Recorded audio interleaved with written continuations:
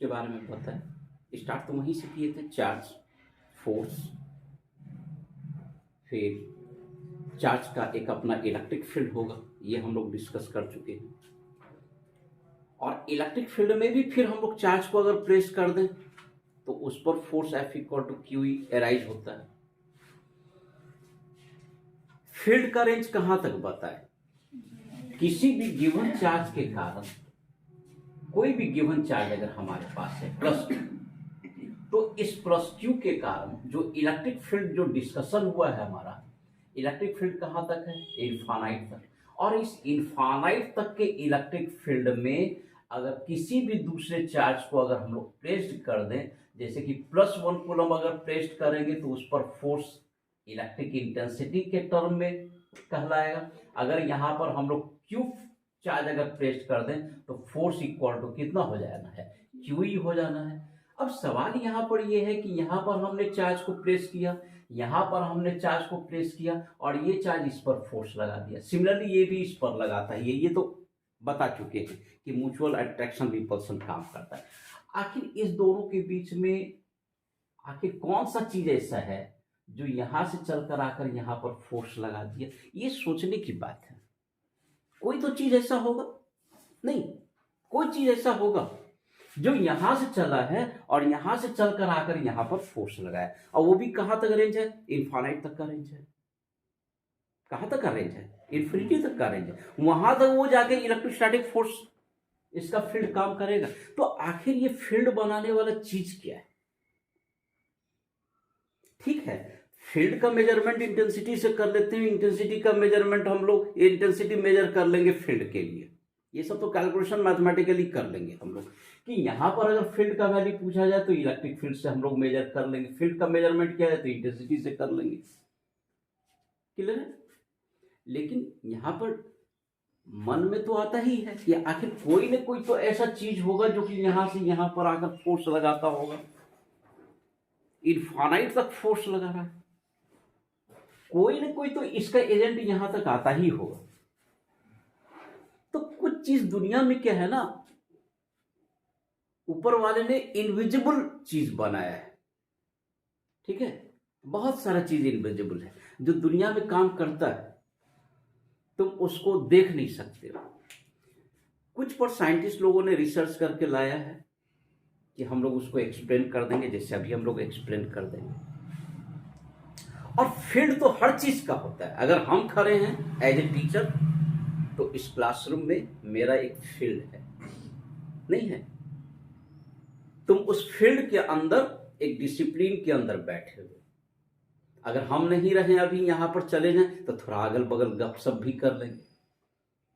क्या मन में कोई चुटकुला सोच के आए हो तो बगल वाले को धीरे से बता देना है नहीं? फिर जैसे सर गए एकदम शांत, कुछ नहीं हुआ।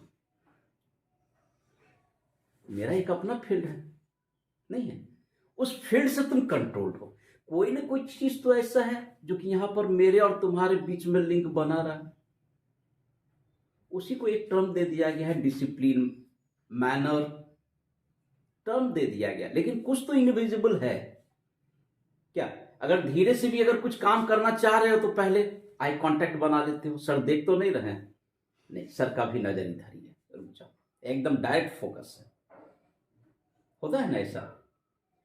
घर में भी मम्मी पापा का फील्ड होता है जिसमें मम्मी का फील्ड ज्यादा स्ट्रांग होता है, नहीं होता है? वो तो एक नजर में सबको कंट्रोल किए हुए रहती है, नहीं?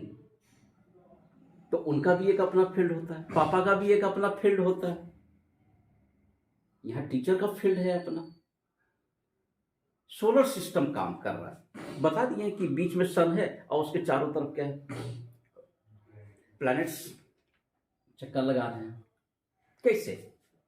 कोई भी चीज किसी से इतने करोड़ साल से कैसे जुड़ा हुआ रहेगा अटैच्ड? ऑब्वियसली है, सन का इफेक्ट सारे पर है।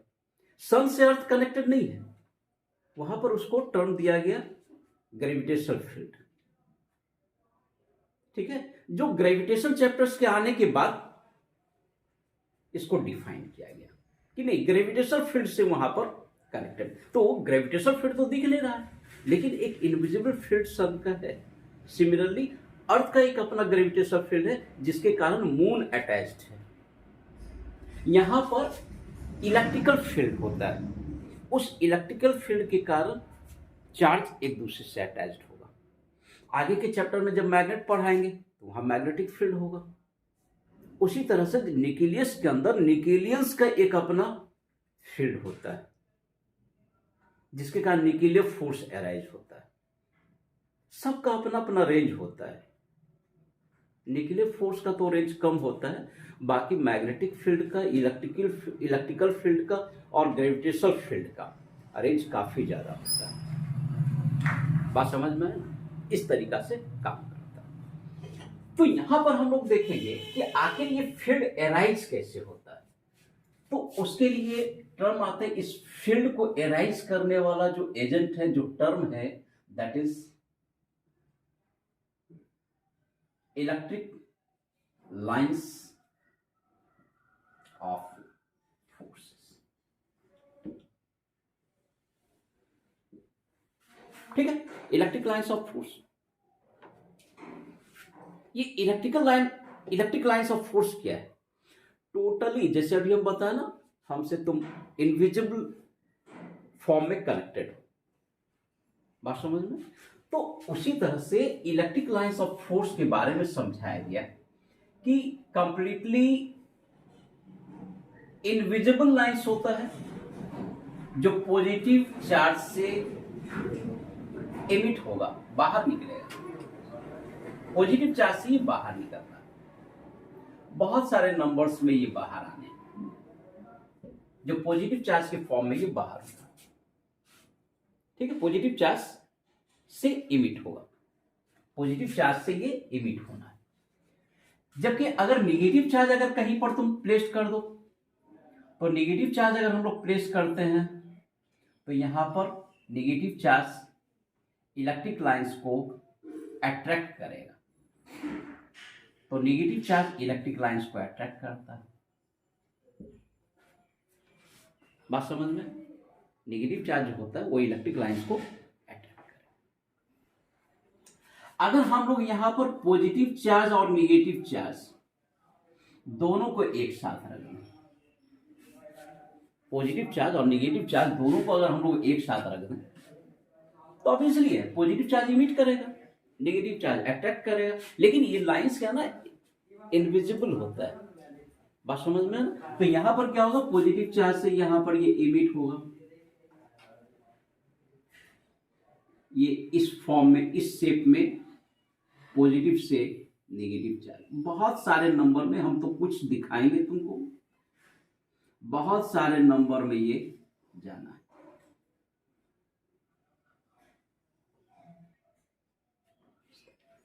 और भी है, यहां से निकल रहा है, यहां से निकल, सबको आना है यहां नेगेटिव चार्ज तक। तो ये पॉजिटिव चार्ज से निकलकर नेगेटिव चार्ज तक आना है। बात समझ में? अब यहां पर तुम क्वेश्चन कर सकते हो कि अगर दिखता ही नहीं है तो फिर ये शेप कैसे हम लोगों ने देखा? जब नहीं दिखता है तो हमारी इच्छा है कि हम ऐसे ऐसे शेप करके दिखा देंगे कि ऐसे ऐसे घूमते घूमते जाता होगा, नहीं मस्ती में क्या। तो इसके बारे में बताया गया है कि नहीं, आप जो है किसी भी चार्ज के पास यूनिट पॉजिटिव चार्ज +1 कूलम को रिलीज कीजिए, क्योंकि +1 कूलम से ही हम लोग इलेक्ट्रिक फील्ड को मेजर करते हैं। ये तो पहले से क्लियर है कि +1 कूलम का यूज करके हम लोग इलेक्ट्रिक फील्ड को मेजर करें। तो +1 कूलम को रिलीज कीजिए, ऑब्वियसली है ये क्या करेगा, इसको रिपेल करेगा प्लस प्लस, जबकि ये क्या करेगा, अट्रैक्ट करेगा। अब ये मस्ती में चल नहीं सकता क्योंकि इसका कंट्रोलिंग पावर है नहीं। आप अकेले मार्केट जाइए तो मस्ती में ऐसे ऐसे साइकिल हिलाते हुए चले जाइए, लेकिन साथ में मम्मी पापा जा रहे हैं एकदम वेल डिसिप्लिन। यहां पर भी वही बात है, यहां पर ये इमिट हो रहा है, ये इसको अट्रैक्ट करेगा, तो ये इस पर फोर्स लगाएगा रिपल्सन, और ये क्या करेगा, अट्रैक्ट करेगा। अब इस दोनों के इफेक्ट में इस यूनिट पॉजिटिव चार्ज का एक अपना स्पेसिफिक पाथ होगा। अगर इस लाइन पर छोड़ते हो तो ये सीधे यहाँ आ जाएगा। इस लाइन यहाँ पर अगर हमने छोड़ा है तो ये रिपेल करेगा और ये अट्रैक्ट करेगा, जिसके कारण रिजल्टिंग हमारा पाथ इस ढंग का होगा। तो जैसे जैसे +1 कूलम चार्ज मूव करता है वैसे वैसे हम लोग क्या करते हैं, ट्रेस कर देते हैं लाइन को।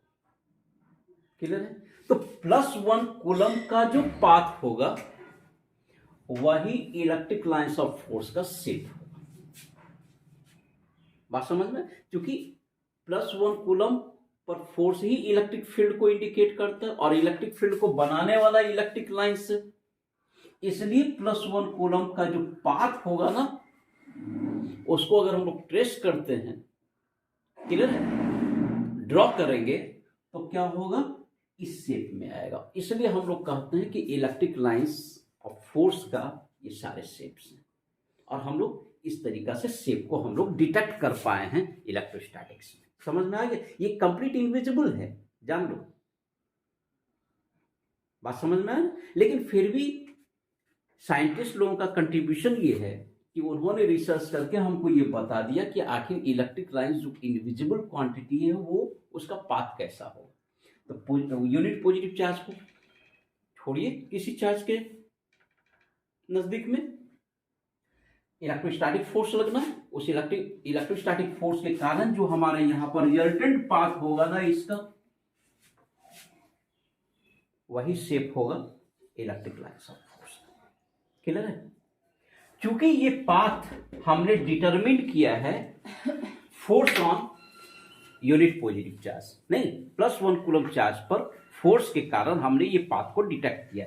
ऑब्वियसली है, किसी भी पॉइंट पर टेंजेंट ड्रॉ कर दो, उस पॉइंट का वो इलेक्ट्रिक फील्ड, इलेक्ट्रिक इंटेंसिटी के डायरेक्शन को बताएगा। अगर हमने यहां पर अगर टेंजेंट ड्रॉ कर दिया तो इस डायरेक्शन में इलेक्ट्रिक इंटेंसिटी होगा, यहां पर अगर हमने टेंजेंट ड्रॉ कर दिया तो इस डायरेक्शन में इलेक्ट्रिक इंटेंसिटी होगा, यहां पर अगर हमने टेंजेंट ड्रॉ कर दिया तो यहां पर इलेक्ट्रिक इंटेंसिटी होगा। बात समझ में? किसी भी पॉइंट पर अगर टेंजेंट ड्रॉ कर दें तो वो इलेक्ट्रिक इंटेंसिटी को इंडिकेट करेगा। इसलिए कारण है कि इलेक्ट्रिक लाइंस ऑफ फोर्स हमने ड्रॉ ही किया है force on unit positive charge के कारण। बात समझ में आ गया? कोई डाउट?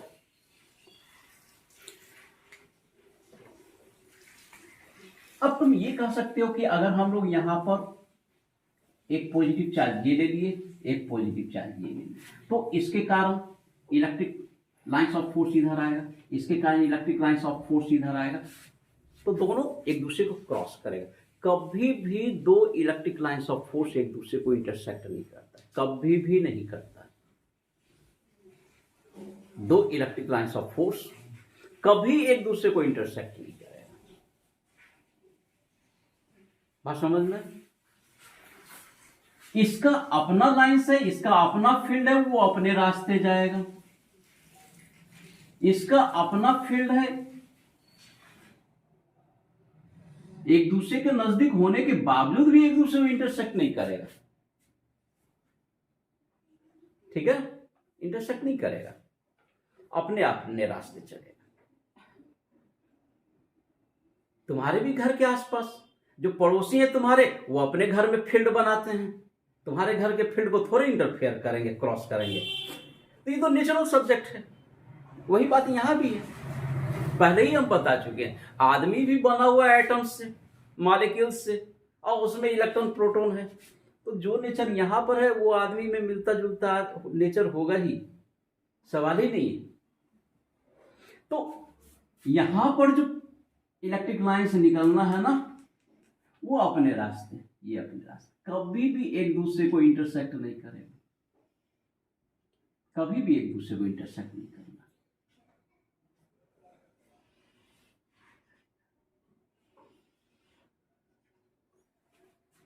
हो गया? एक और इंपॉर्टेंट प्रॉपर्टीज है, इलेक्ट्रिक लाइंस कभी भी लूप के फॉर्म में नहीं रह सकता है कि वो लूप बना दिया, ऐसा कभी नहीं हो सकता, नेवर, कभी लूप फॉर्म नहीं कर सकता। इस शेप में हो, इनफाइनाइट तक चला जाएगा, लेकिन ऐसा नहीं घूम के ये लूप बना दे।